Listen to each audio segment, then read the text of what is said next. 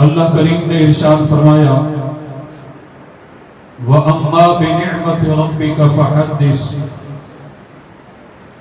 اور اللہ کی دی ہوئی نعمتوں پر خوب چرچا کرو، خوشی کا اظہار کرو۔ محترم حضرات، اس باری تعالیٰ نے ہمیں بے حساب اور بے شمار نعمتیں عطا فرمائی، اگرچہ صرف مطلقاً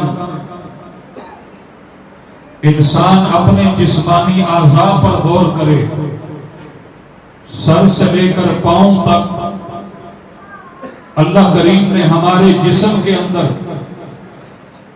کتنی نعمتیں رکھی ہیں،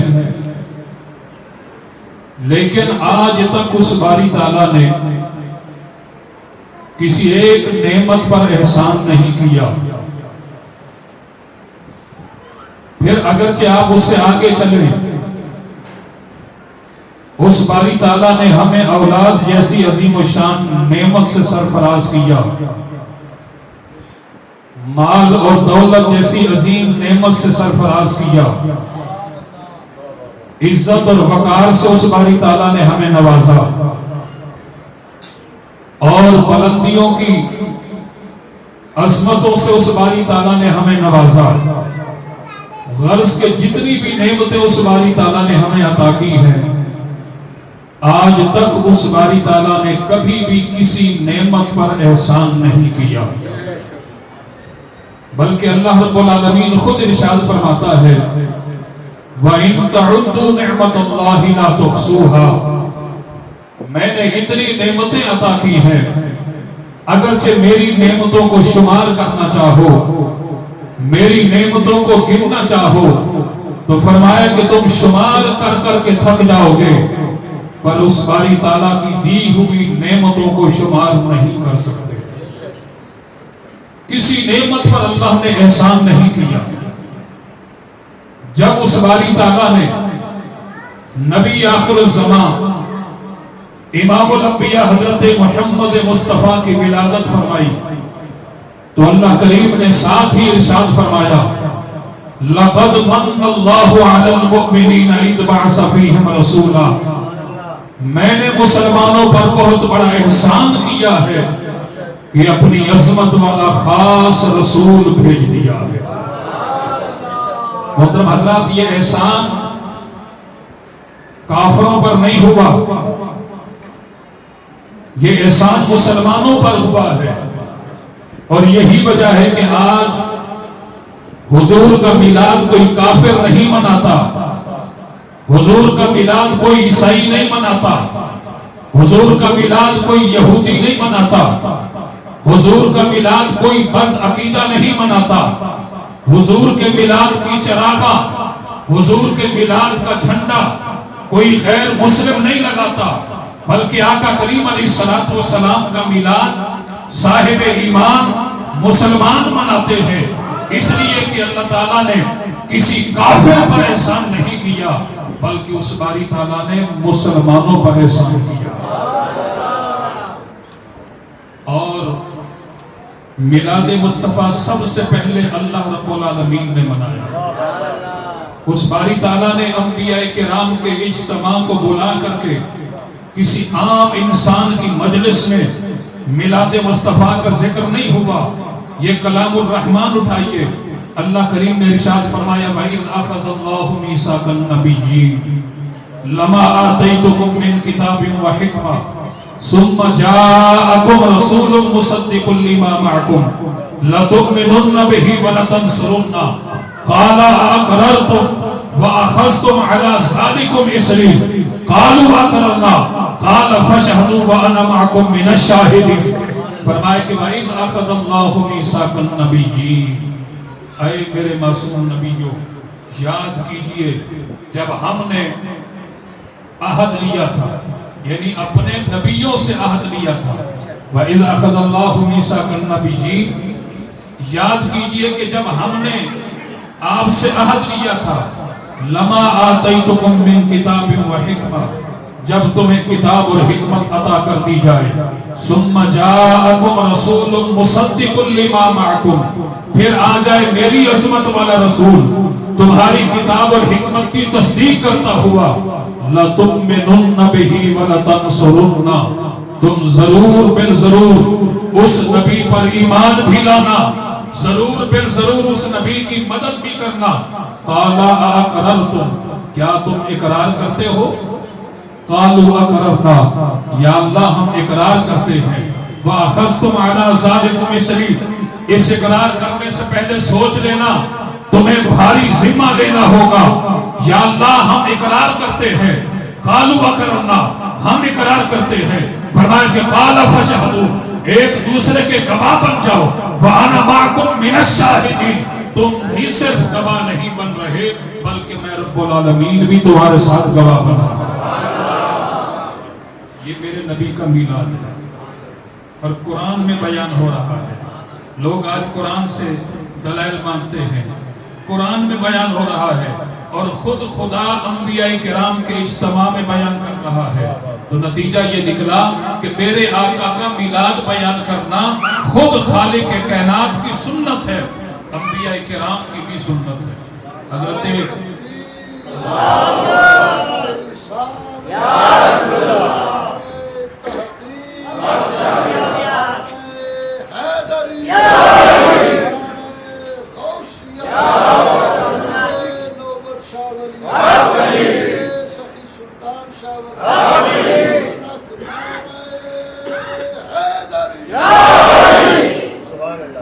انبیاء کرام کی بھی سنت ہے۔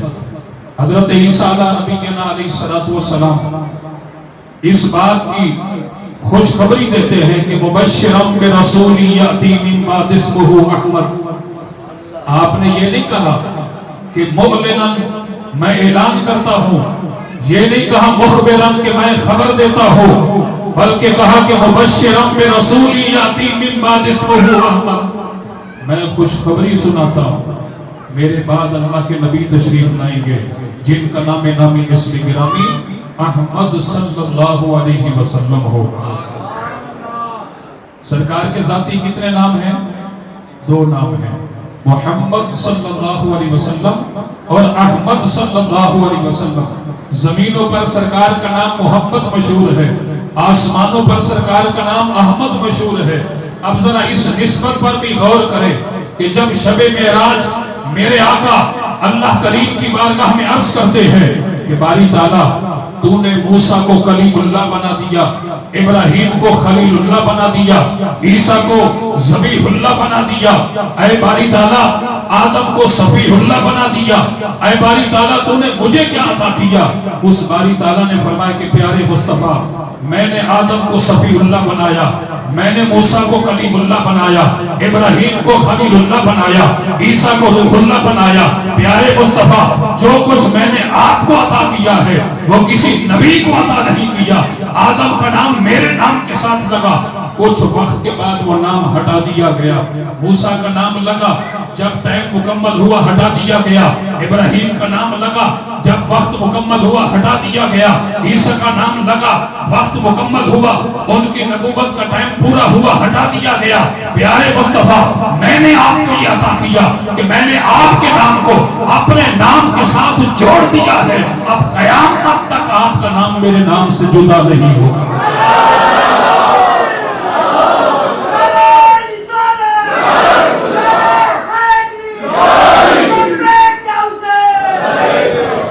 اور دوسری نسبت پر غور کریں، لفظ اللہ کے اندر کتنے حروف ہیں؟ 4، مل کر کہیں لفظ اللہ کے اندر کتنے حروف ہیں؟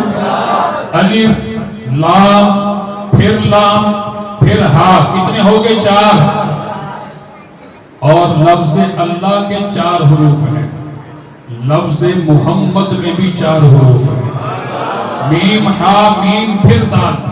اور سرکار کا دوسرا جو ذاتی نام ہے احمد صلی اللہ علیہ وسلم، اس میں بھی 4 حروف ہیں، الف، ہا، میم اور دال، یعنی لفظ اللہ میں بھی 4 حروف، لفظ محمد اور احمد میں بھی 4 حروف۔ لفظ اللہ کے اندر کوئی نقطہ نہیں، لفظ محمد اور احمد کے اندر کوئی نقطہ نہیں۔ مفسرین محدثین فرماتے ہیں کہ نقطے والے حروف کمزور ہوتے ہیں، انہیں نقطے کی ضرورت جو ہے وہ پیش آتی ہے، اس لیے وہ کمزور ہوتے ہیں، نقطے کے محتاج ہوتے ہیں۔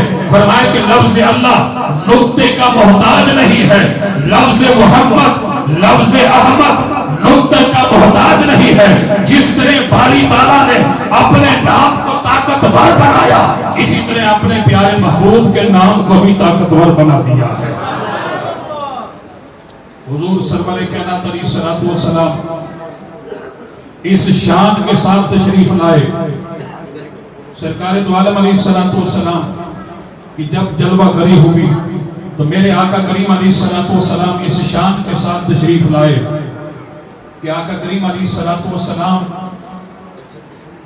کہ جب جلوہ گری ہوتی ہے اور سرکار کو غسل دینے کے لیے پانی کا انتظام کیا گیا، حدیث پاک میں ہے کہ اللہ تعالیٰ نے ایک فرشتہ مقرر فرما دیا اور اس فرشتے نے کہا کہ نبی آخر الزمان امام الانبیاء حضرت محمد مصطفیٰ صلی اللہ علیہ وسلم کو غسل دینے کی ضرورت نہیں ہے، کیونکہ یہ آب کوثر سے غسل کر کے دنیا میں تشریف لائے۔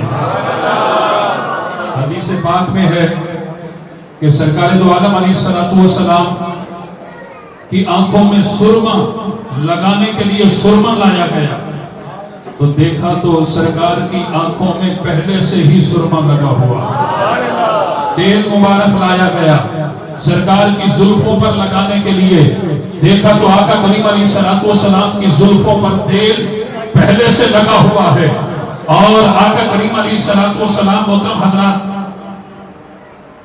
جب دنیا میں تشریف لائے تو ختنہ شدہ آپ کی جلوہ گری ہوئی، اور آقا کریم علیہ الصلوۃ والسلام کو جو لباس پہنایا گیا تو وہ جنت سے فرشتے لباس جنتی لے کر کے آئے اور حضور کو لباس پہنا دیا گیا۔ حدیث پاک میں ہے کہ جب حضور کو لباس پہنا دیا گیا تو کچھ وقت کے لیے سرکار پوشیدہ ہو اور آواز آئی کہ میرے پیارے نبی کو زمین و آسمان کی سیر کرا دی جائے، اور ایک اور آواز آئی بخ بخ بخ بخ بخ کا مطلب ہے واہ واہ واہ واہ واہ واہ، یعنی آج جس طرح ہم جب ہمیں کوئی چیز اچھی لگتی ہے تو اس کی عظمت اور شان بیان کرتے ہوئے ہم سبحان اللہ کی صدا بلند کرتے ہیں، تو وہ اللہ کے فرشتے تھے، حور و غلمان تھی جو آقا کریم علیہ الصلوۃ والسلام کی عظمت اور شان کو دیکھ کر کے بخ بخ کی صدائیں بلند کر رہی تھی۔ اور اس کے بعد آقا کریم علیہ الصلوۃ والسلام نے سر سجدے میں رکھ دیا۔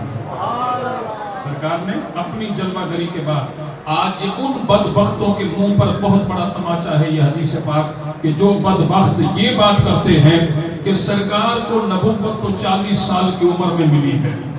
آپ اس حدیث پاک کو سنیں کہ سرکار دو عالم علیہ الصلوۃ والسلام، ہم اہل سنت و جماعت کا یہ ایمان اور عقیدہ ہے کہ آدم علیہ الصلوۃ والسلام ابھی مٹی اور گارے کے درمیان تھے، اس وقت بھی ہمارے نبی منصب نبوت پر فیض تھے۔ یہ تو اللہ کا حکم تھا نا کہ پیارے آپ نے 40 سال کی عمر میں اعلان نبوت کرنا ہے، اس میں حکمت کیا ہے وہ رب بہتر جانتا ہے یا اللہ کے پیارے محبوب جانتے ہیں۔